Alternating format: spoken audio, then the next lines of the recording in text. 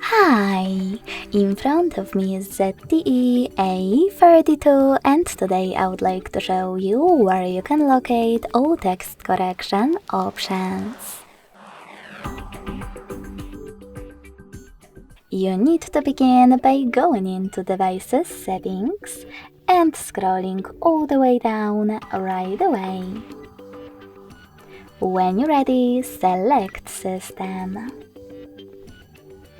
Following that, tap on Languages and Input, On-Screen Keyboard, and Gboard.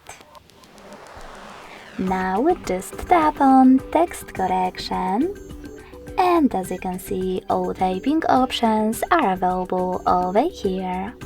To manage them, click on the switches next to the chosen ones.